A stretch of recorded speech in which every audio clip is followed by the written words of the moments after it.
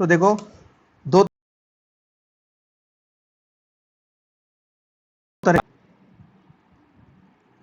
स्थायी और अस्थायी। तो जो अस्थायी दांत है,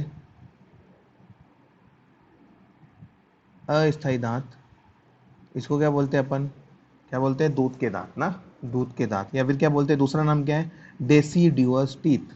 ठीक है, इसको क्या बोलते हैं, मिल्क टीथ, दूध के दांत, या फिर क्या बोलते हैं, डेसिडुअस टीथ। ये बहुत इंपॉर्टेंट है, याद रखना कि डेसिडुअस टीथ, दूध के दांत, या फिर टेम्पररी टीथ, तीनों शब्द एक ही है। ये दांत जब हम छोटे रहते तब आते, उसके बाद टूट जाते, इस जगह कौन आता फिर, परमानेंट टीथ।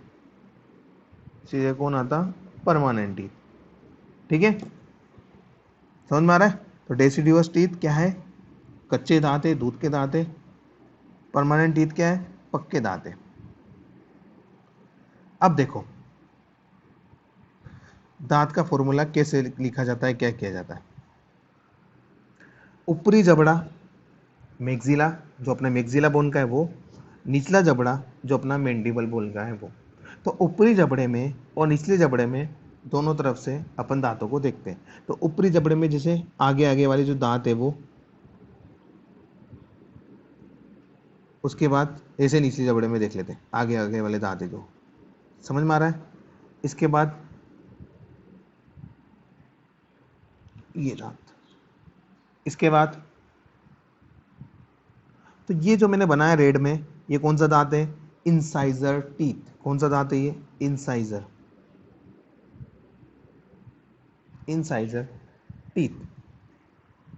ठीक है, और जो येलो में बनाया उसे क्या बोलते हैं अपन, कैनाइन टीथ।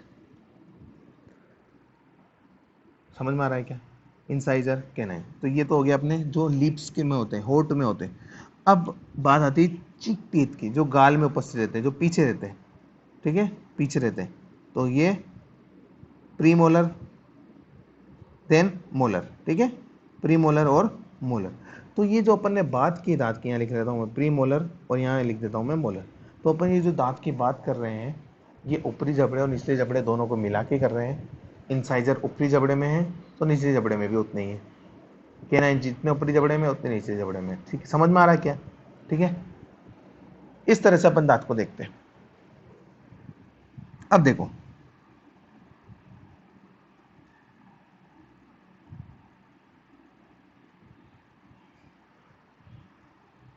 केटल की बात करते हैं। केटल में पहले अपन देखेंगे मिल्क टीथ, दूध के दांत, या फिर डेसिडुअस टीथ। ठीक है, ये देखते हैं। तो मुझे बताओ इंसाइजर कितने रहते हैं, कैनाइन कितने रहते हैं, प्री मोलर कितने रहते हैं, मोलर कितने रहते हैं। ठीक है, तो ध्यान रखना केटल में जब वो दूध के दांत है तब इंसाइजर, ऊपरी जबड़े की बात चल रही है, ऐसे लिखूंगा मैं, ऊपरी जबड़ा, उसके बाद निचला जबड़ा, ऊपरी जबड़ा और निचला जबड़ा। तो मुझे बताओ केटल में ऊपरी जबड़े में इंसाइजर टीथ होंगे क्या, बचपन में भी नहीं होते, बड़े होंगे तब भी नहीं होंगे। क्यों, क्योंकि ऊपरी जबड़े में क्या रहता है, डेंटल पेड। तो जब वो बड़ा हो जाएगा, अडल्ट हो जाएगा, तब भी यहाँ इंसाइजर टीथ नहीं होगा। कहाँ पे, ऊपरी जबड़े में। तो ऊपरी जबड़े में चाहे वो बच्चा हो चाहे वो बड़ा हो जाए, कोई इंसाइजर टीथ नहीं होते, क्योंकि वहाँ डेंटल पेड उपस्थित होता है। तो जीरो लिख दूं क्या मैं, इंसाइजर लिख दिया मैंने जीरो। कहाँ पे लिखा, ऊपरी जबड़े में। तो निचले जबड़े में होते हैं क्या, होते हैं कितने, चार। ठीक है,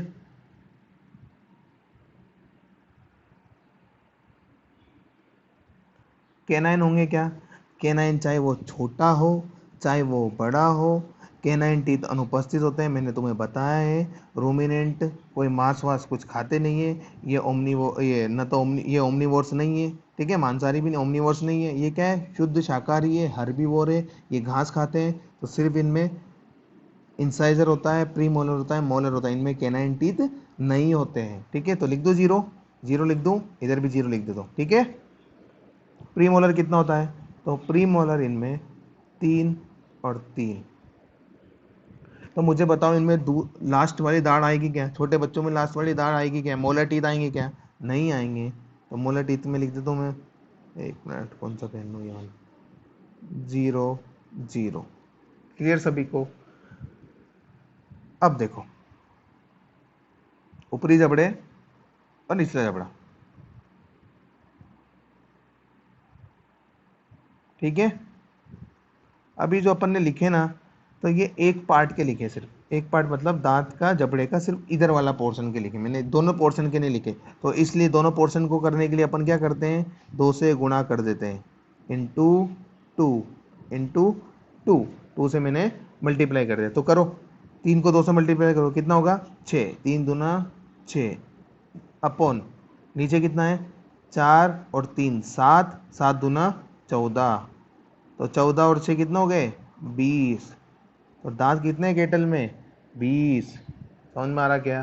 तो दूध के दांत कितने होते हैं? 20। कुछ नहीं करना, देखो ऊपर तुम्हें कितनी संख्या दिख रही है? सिर्फ 3 ही दिख रहा ना, 3 को 2 से गुणा कर दो, कितना हो गया? 6। तो ऊपर कितने दांत हो गए? 6।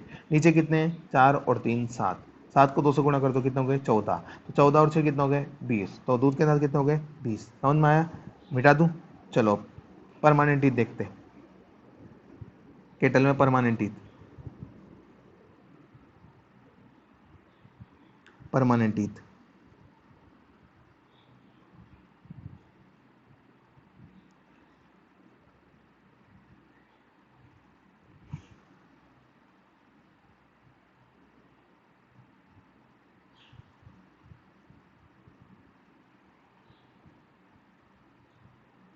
इंसाइजर कितने हैं ऊपरी जबड़े में? 0। निचले जबड़े में कितने हैं? 4। केनाइन होंगे क्या? नहीं होंगे। प्रीमोलर होंगे क्या? यस होंगे। कितने होंगे? 3 3। मोलर होंगे क्या? होंगे। कितने होंगे? 3 3। तो बताओ, काउंट करो चलो, 3 और 3 6, 6 दूना 12, अपॉन 4 3 7, 7 3 10, 10 दूना 20, टोटल कितने हो गए? 32। तो कितने दांत होते हैं? 32। तो केटल में परमानेंट टीथ होते हैं 32, जबकि मिल्क टीथ होते हैं कितने? 20। चलो नेक्स्ट, अब आते हैं घोड़े की बात करते हैं। चलो हॉर्स, हॉर्स हॉर्स में दूध के दांत बताओ, डेसिडुअस टीथ बताओ, दूध के दांत या मिल्क टीथ बताओ। तो देखो, incisor, canine, premolar, molar, into 2। Incisor होंगे क्या? होंगे। ऊपर होंगे क्योंकि इनमें डेंटल बेड नहीं होते, तो ऊपर भी 3 नीचे भी 3। केनाइन होगा, केनाइन होगा क्या? बच्चों में केनाइन, हाँ हाँ होते हैं, वेरी गुड, लेकिन बच्चों में केनाइन नहीं होते। 0 0। प्रीमोलर होगा क्या? होगा। कितना? मोलर होगा क्या? बच्चों में मोलर कहाँ से आएंगे? ठीक है, तो बताओ, आंसर बताओ। आंसर है 3 और 3 6, 6 दूना 12, 3 और 3 6, 6 दूना 12 इज इक्वल टू 24। समझ में आ रहा क्या? ये तो किस में हो गया? घोड़े में, बच्चों में दांत का फॉर्मूला। अब घोड़े में अडल्ट, मतलब परमानेंट टीथ।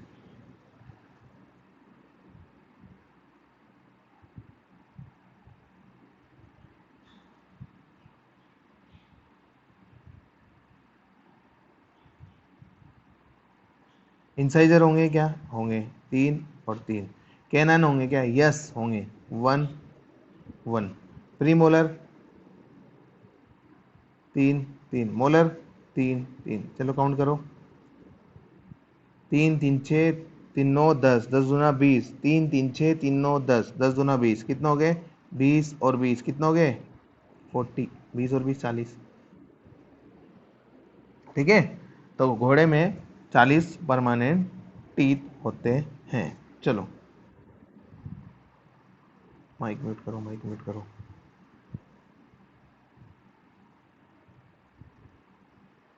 अभी क्लास मत जाना, थोड़ी देर बेटर हो, क्योंकि बहुत इंपॉर्टेंट चल रहा है अभी वाला पोर्शन, इसे थोड़ा दिमाग लगा के रखो, है ना। Next, dog. Dog, milk teeth या deciduous teeth, incisor, canine, premolar, molar into two. बताओ जल्दी। इंसाइजर होंगे क्या बच्चों में? 3, कैनाइन 1 1, 3 3 0 0, 3 3 6 7 दूनी 14, 3 3 6 7 दूनी 14, 28। क्लियर क्या सभी को? ये होता है बच्चों में फॉर्मूला। किसमें फॉर्मूला है? बच्चों में। अब आ जाते हैं परमानेंट टीथ। परमानेंट, ठीक है, पूरा मिटाना। परमानेंट, बताओ जल्दी। इंसाइजर कितने? 3, कैनाइन कितने? 1 1, प्रीमोलर कितना? 4।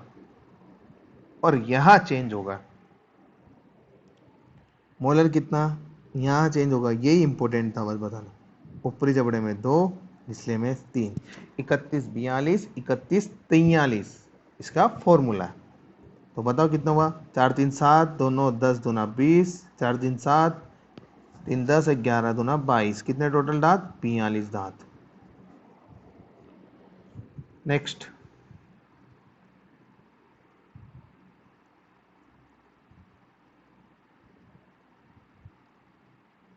पिक की बात चल रही। डेसिडियो से मिल्क टीथ इंटू 2। इंसाइजर कितने हैं? 3। कैनन कितना है? 1। प्रीमोलर 3। मोलर कितना है? 0। कितना आएगा आंसर? 3 3 से 7 दूने 14, 3 3 से 7 दूने 14, कितना आया? 28। तो 28 क्या है इनका? 28 क्या है इनका? Deciduous teeth. चलो परमानेंट पे आ जाओ। परमानेंट, तो परमानेंट इनका कैसा है? सेम टू सेम कुत्ते की तरह। लेकिन कुत्ते का क्या था? कुत्ते का क्या था? 31 42 अपॉन 31 43 था ना। इसका क्या है? 31 43 अपॉन 31 43। ये है इसका। तो कितना हो जाएगा? 4 3 3 6, 6 7 10 11, दूना 22, 22 44। फाउल में दांत अनुपस्थित होते हैं तो फाउल में नहीं आएगा। ठीक है, पिक का भी हो गया 44। चलो, ये थी बात अपनी टीथ की, दंत फॉर्मूला की। अब एक मिनट, देखो इधर अभी थोड़ा सा और रह गया पोर्शन।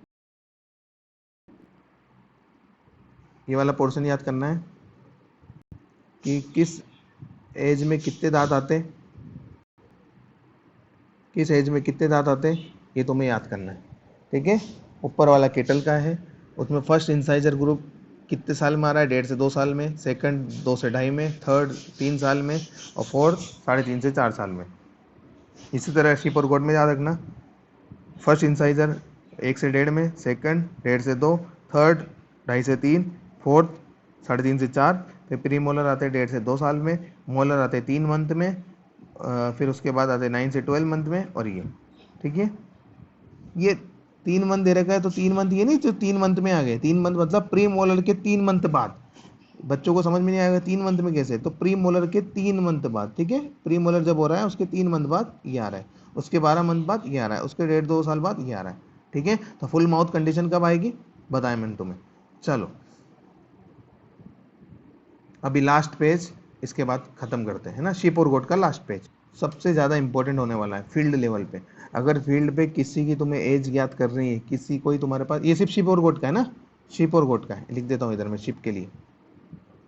अगर फील्ड पे तुम्हें शिप की एज याद करनी है, एज पता नहीं है, उसकी एज देखनी है, तो उसके दांत देखना, पता चल जाएगा। तो देखो, देखो इधर,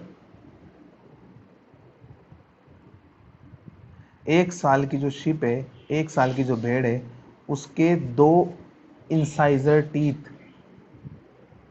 परमानेंट होंगे। बाकी देखो सब छोटे छोटे दिख रहे हैं तुम्हें, लेकिन सिर्फ 2 ही दांत ऐसे जो बड़े बड़े दिख रहे हैं। तो अगर तुम्हें 1 साल की शिप का पता लगाना है, 1 साल के नीचे नीचे की, 1 साल के नीचे नीचे है 1 साल की, तो उसके 2 दांत देखना, 2 इंसाइजर टीथ डेवलप दिखेंगे, परमानेंट दिखेंगे, बाकी सब छोटे छोटे दिखेंगे। तो ये 1 साल की शिप हो गया। और अगर तुम्हें 2 साल की शिप का पता करना है, तो 2 साल में कितना हो जाएगा? 4 इंसाइजर। देखो 4 बड़े बड़े दिख रहे हैं, 1 2 3 और 4, तो 4 इंसाइजर टीथ बड़े बड़े दिखेंगे 2 साल की शिप में।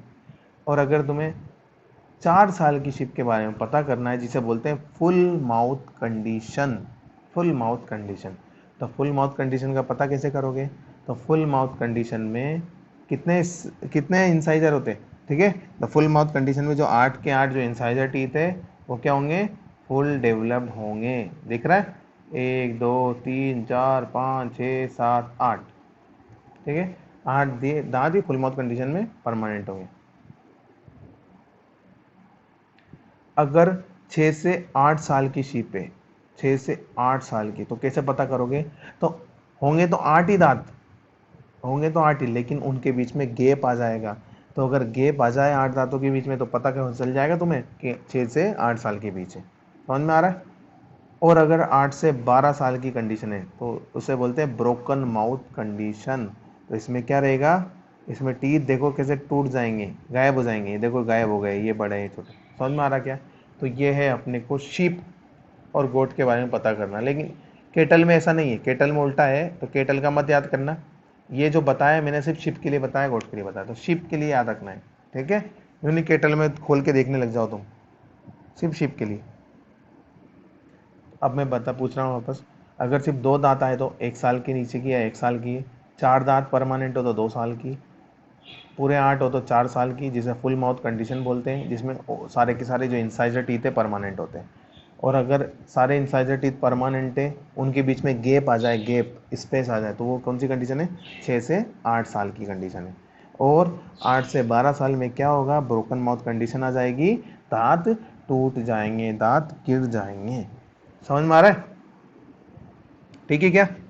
तो ये था अपना। हाँ, गोट में भी सेम है, लेकिन ship, in case of ship, ship की कंडीशन में ये ज़्यादा सेम है। गोट में भी सेम है वैसे ही, है ना? लेकिन शिप के लिए ही बनाया गया है ये पूरा मेथड, ठीक है? अभी देखो, तो अपन ने पढ़ लिया इंसाइजर, केनाइन, प्रीमोलर, मोलर, ठीक है? इंसाइजर टीथ केटल में सिर्फ ऊपरी जबड़े में नहीं होते, निचले जबड़े में होते हैं। ऊपरी जबड़े में क्या रहेगा? डेंटल पेड्स पाए जाएंगे, ठीक है? हॉर्स में, केटल में केनाइन टीथ नहीं होते। केनाइन टीथ की जगह गेप जगह होती है, गेप होता है, उसे क्या बोलते हैं? डायस्टेमा कहा जाता है, ठीक है ना? और अपन ने टंग में पढ़ा फ्रेनोलम लिंगवी क्या होता है। कुत्ते में पढ़ा लाइसा, लाइसा क्या होता है। वेस्टिबुल मैंने बताया, वेस्टिबुल क्या होता है? वेस्टिबुल बताएगा कोई? वेस्टिबुल जो मैंने बताया, वेस्टिबुल कोई बताएगा वेस्टिबुल क्या होता है? नहीं पता है? वेरी गुड, वेरी, हाँ हाँ, ठीक है, ठीक। तो दांत और ओट, हाँ हाँ, दांत और ओठों के बीच की जो जगह है गेप, उसे क्या बोलते हैं अपन? वेस्टिबुल बोलते हैं, ठीक है? क्राउन क्या है? पता है सबको। रूट क्या है? पता है। सीमेंटम क्या है? पता है। डेंटिन क्या है? पता है। पल्प केविटी, ठीक है? और क्या है पल्प केविटी? और अपना इनेमल पता है, ठीक है? हाँ, एक और, गोम्फोसिस क्या है? पता है। दांत जबड़े के सॉकेट में घुसे रहते हैं, उसे बोलते हैं गोम्फोसिस, ठीक है? हाँ, ओडोंटोलॉजी पता है, दांतों का अध्ययन, ठीक है? अब बताओ एमाइलोब्लास्ट, है ना? ये एमाइलोब्लास्ट क्या है? इनेमल का निर्माण करने वाली सेल, एमाइलोब्लास्ट, ठीक है? ओडोंटाइटिस क्या है? ओडोंटाइटिस, ओडोंटाइटिस, ओडोंटाइटिस पता है क्या?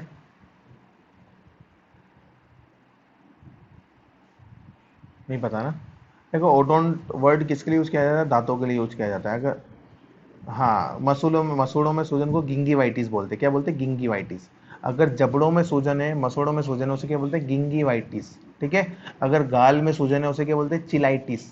गाल में सूजन है तो चिलाइटिस, मसूड़ों में सूजन है तो गिंगीवाइटिस, जीभ टंग पे सूजन है तो ग्लोसाइटिस, ठीक है? और दांतों में सूजन है तो, दांतों में सूजन तो रहेगी नहीं, दांतों में कैसे? लेकिन दांत का जो पार्ट है नीचे वाला वो सॉफ्ट रहता है, और वहाँ पे अपने को पेन टाइप फील होता है, तो अपने को लगता है स्वेलिंग हो रही है, तो उसे बोलेंगे ओडोंटाइटिस, ठीक है? तो दांतों से संबंधित ओडोंटाइटिस। गिंगिवाइटिस हो गया, सब हो गए, ठीक है? और पेपिला पढ़े अपन ने डोर्सल सरफेस पे, कौन कौन से पेपिला? फिलीफॉर्म, फंगीफॉर्म, सर्कमवेलेट, फोलिएट, लेंटिकुलर, ठीक है? ये पढ़ लिए। और क्या था? सॉफ्ट पैलेट पढ़ा, हार्ड पैलेट पढ़ा। सॉफ्ट पैलेट पे रफेज थी, लाइंस थी, लाइन पाई जाती है, वो पढ़ा अपन ने। और ठीक है, बस इतना ही ना। चलो बाकी कल पढ़ेंगे।